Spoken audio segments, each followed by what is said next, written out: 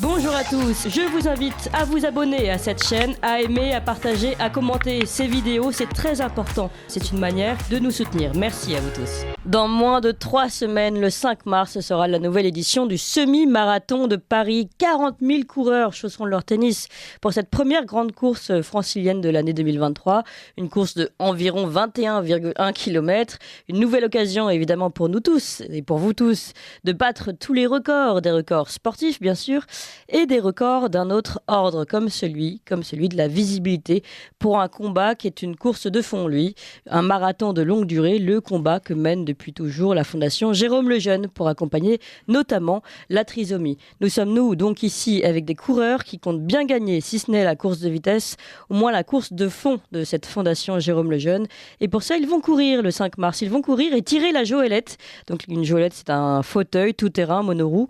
La joëlette de Quentin, le frère de l'un des coureurs qui est atteint de trisomie. On est avec eux. Bonjour Pierre-Alexis Michaud. Bonjour, je suis ravi d'être avec vous ce matin. Et vous n'êtes pas encore tout à fait réveillé, mais ça va venir, on va se réveiller ensemble. Et nous sommes avec Philippine Farge. Bonjour Philippine. Bonjour. Merci beaucoup à vous deux d'être là. Pierre-Alexis, c'est donc vous le grand frère de Quentin ? C'est le petit frère. Ah, le petit frère de Quentin. Donc Quentin qui est atteint de trisomie, que vous avez décidé de tirer en joëlette. C'est la première fois que vous faites cette course ? Alors on a déjà fait la course des héros, à savoir une course pour la Fondation Lejeune l'année dernière à Lyon, mais c'est la première fois du moins que je fais un semi-marathon et en plus en tirant Quentin, c'est quand même une première. Oui, alors ça va être particulièrement sportif parce que alors j'ai regardé un peu la course et vous avez quand même des coureurs de haut niveau et vous allez devoir courir à côté d'eux tout en tirant ou en poussant la joëlette. Vous vous êtes entraîné un peu ou pas ? Oui, les entraînements avancent. On a eu un grand entraînement avec Quentin, donc on est allé le voir chez lui à Lille. C'est là où on a tourné notre clip que vous pouvez retrouver sur les réseaux sociaux, Cap Quentin. Et alors c'est le nom de votre initiative, c'est un peu le nom de l'équipe aussi, Cap Quentin. Complètement, les 6 coureurs. 6 coureurs, donc il y a 6 avec cette joëlette. Enfin, 6 en comptant la joëlette et Quentin, je veux dire. Donc 5 à pousser ou tirer.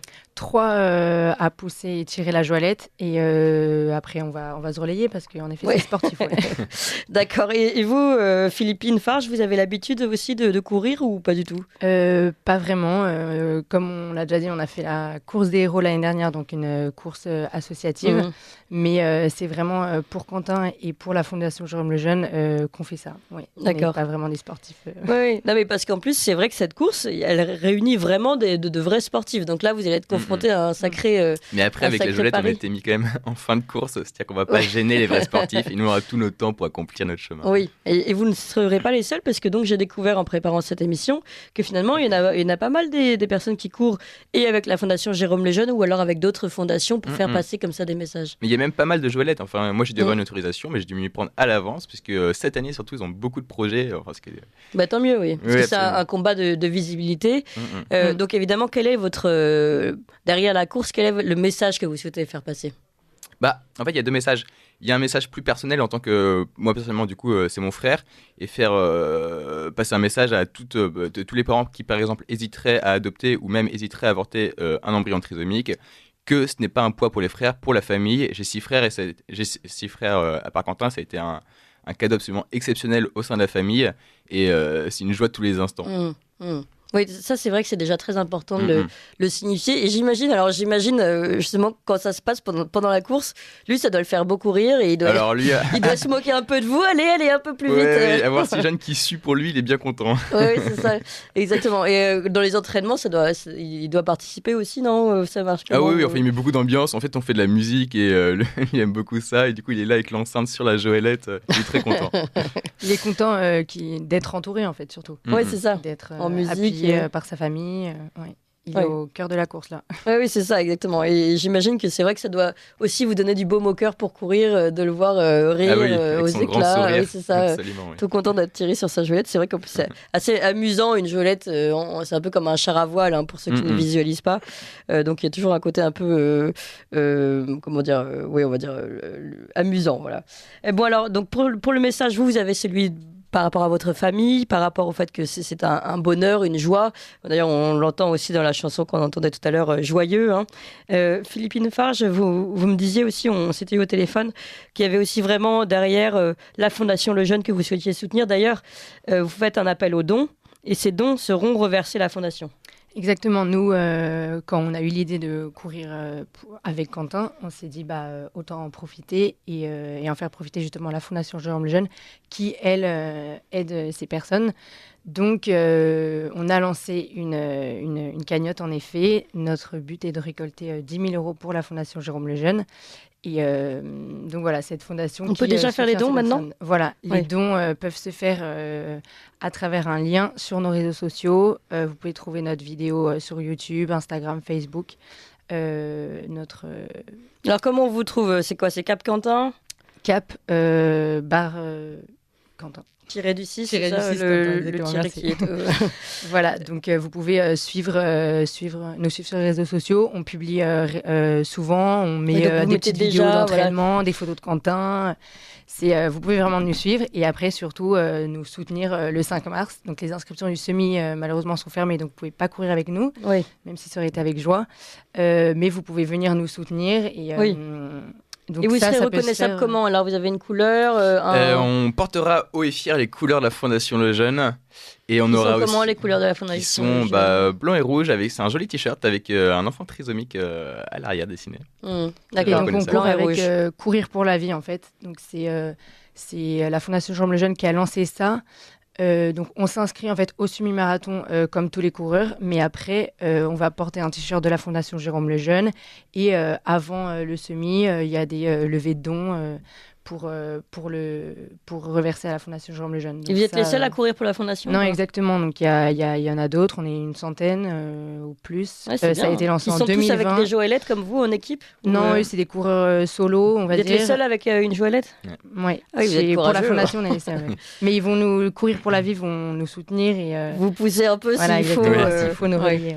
Et alors, pour le lien pour la cagnotte, si vous n'avez pas de réseaux sociaux, vous pouvez taper Pierre-Alexis Cap Quentin sur Internet et vous tombez très rapidement sur le lien de la cagnotte. D'accord.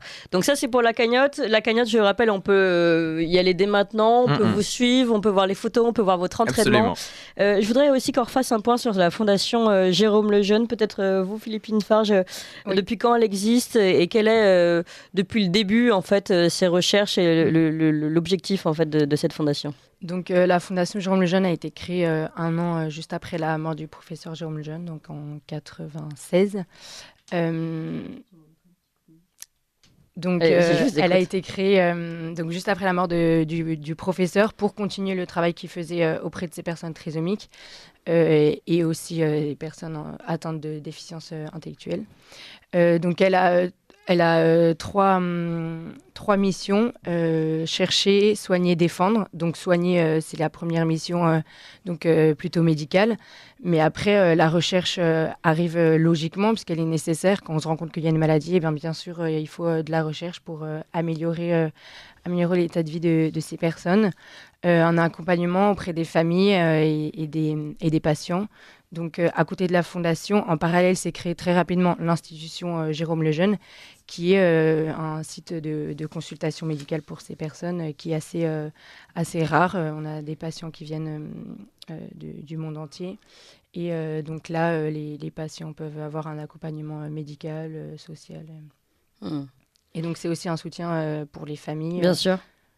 Et justement à ce sujet, pour le point sur le soin, l'entourage pour la famille, est-ce que est-ce qu'il est facilité aujourd'hui ou est-ce que malgré tout il y a des barrières encore sur certaines choses ? On voit les initiatives d'ailleurs des cafés joyeux qui sont très positives, mais si on pense du coup au niveau national, force est de constater que oui, il y a des moyens mis en place à disposition des familles, mais qui sont des moyens administratifs et pas nécessairement très humains.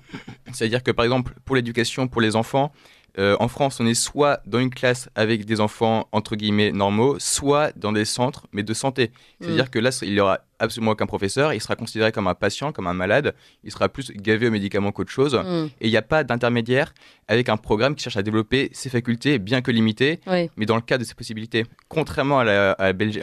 des facultés sociales notamment, puisqu'on sait que justement, ils ont une tendance à vouloir ils vraiment... ont une intelligence des relations exceptionnelle. Mais c'est tout le contraire de la Belgique. La Belgique, c'est une autre approche, c'est-à-dire que oui, lui, il est malade, il a des déficiences mentales, mais on va le faire évoluer dans le cadre de sa maladie jusqu'au niveau maximum où il pourra. Et en fait, chaque victoire, chaque petit pas qu'il fait, c'est une source de joie immense, mais tant pour lui que pour le reste de la famille, pour l'entourage. Oui. Oui, donc en fait, il y a encore beaucoup de progrès à faire et de communication aussi, peut-être continuer. Oui, en France, il y a vraiment un problème de regard, et notamment d'avoir Oui, mais il y a un problème dès le début médical, parce que vous le disiez tout à l'heure, pour les personnes qui peuvent vouloir avorter, c'est vrai que j'ai été enceinte plusieurs fois, et en fait, très souvent on nous dit on va faire un test, on va vérifier. Oui. Mais le dépistage, il doit être obligatoirement proposé, et il est remboursé. Et en fait, il y a 80% des femmes qui ont une grossesse qui font un dépistage parce qu'on leur demande, ou voilà, ce qu'on leur propose. Parce qu'elles sont un peu forcées, un peu accompagnées, musclées. Il y a une sorte un peu de pression. On dit oui, faites s'il vous plaît un dépistage, puis après on verra, etc. Et oui, de la part du corps médical, il y a une sorte de pression. Oui, tout à fait. Et c'est là où, je me permets, c'est là où la Fondation Jérôme Lejeune fait un beau travail, c'est que justement elle essaye d'accompagner aussi ces femmes enceintes pour les rassurer en leur disant que oui, il y a des familles qui ont des enfants avec trisomiques et ça n'empêche pas pour autant une vie familiale. Et même une très grande joie, comme témoignait Pierre-Alexis. Et une dernière chose, on parlait donc de défendre, c'était la dernière partie de ce message passé par la Fondation Le Jeune. Donc on a dit chercher, soigner, et puis défendre la vie. Donc finalement, c'est un peu ce qu'on disait, c'est-à-dire montrer aussi aux familles qu'aujourd'hui, elles peuvent garder leurs enfants, elles peuvent les accompagner, et que même si en France, malheureusement, c'est pas toujours facile, on peut s'en sortir aujourd'hui, et ça reste une grande joie. C'est ça aussi on pourrait... En fait, Quentin, c'est-à-dire qu'il est au centre de la famille, il y a 3 enfants au-dessus de lui, 3 enfants en dessous. Et c'est vraiment lui qui a soudé la famille. Et en fait, concrètement, il a apporté 2 choses à la famille. C'est-à-dire que, un liens relationnels un peu indicibles, parce qu'il ne parle pas forcément beaucoup, mais extrêmement fort. Et 2, ça fait une famille engagée. C'est-à-dire que tous les enfants, sans mettre en avant, mais on est engagé pour la Fondation Jérôme Lejeune. On fait, voilà.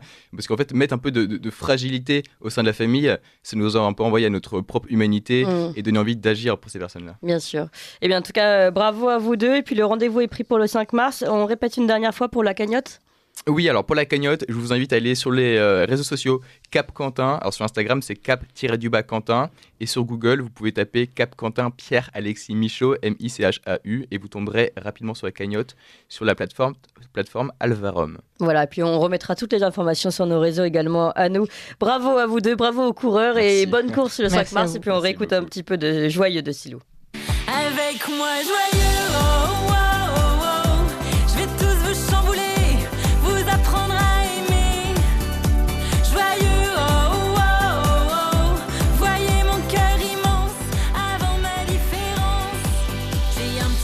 Chose en plus.